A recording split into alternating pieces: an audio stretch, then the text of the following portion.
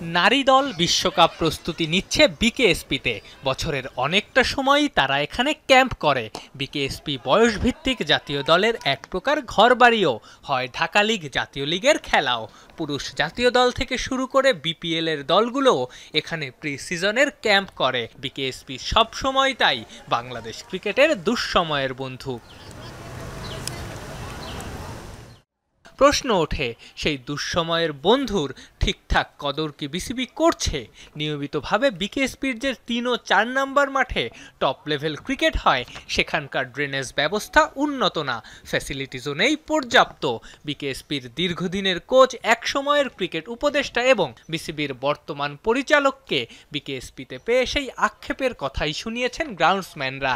ওদের কাজের ধরনটা খুব কষ্টকর একটা কাজের ধরন, আর বিশেষ করে বাংলাদেশের মতো দেশে যেখানে বৃষ্টি হয় এত, এবং বৃষ্টির মধ্যে খেলা চালানোটা খুব কঠিন। হঠাৎ করে বৃষ্টি আসে, পুরো মাঠ কাভার করো, আবার উঠাও, মাঠ ঠিক করো, সেই ভোরবেলা আসতে হয় ম্যাচের দিনে, আবার ম্যাচ শেষ করে আবার ফিরতে ফিরতে সন্ধ্যা পার হয়ে যায়। So it's a difficult job, এবং ওদের শুক্রবার শনিবার ওইসব দিনেও কাজ করতে হয়, কিন্তু সেজন্য তারা হয়তো আলাদা তেমন কিছু পায় না। এই ব্যাপারগুলো এগুলো নিয়ে আলাপ হয়েছে।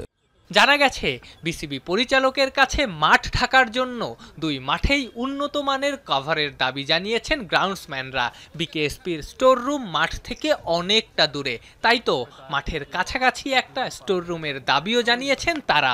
আমার মনে আমাদেরও দেখা দরকার তাদের এই পরিশ্রমটা যেন আমরাও যথাযথভাবে তার মূল্যায়ন করি, সেটা দেখা খুব জরুরি।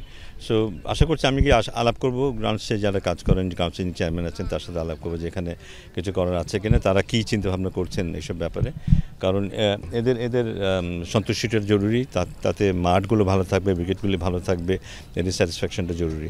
বিসিবির নতুন head of turf management Tony হেমিংকে দিয়ে বিকেএসপির কিউরেটর ও গ্রাউন্ডসম্যানদের প্রশিক্ষণের ব্যবস্থাও করার প্রতিশ্রুতি দিয়েছেন একসময় এখানকার কোচ আর বর্তমানেই বোর্ড পরিচালক। আফনান পিয়াল, যমুনা স্পোর্টস, ঢাকা।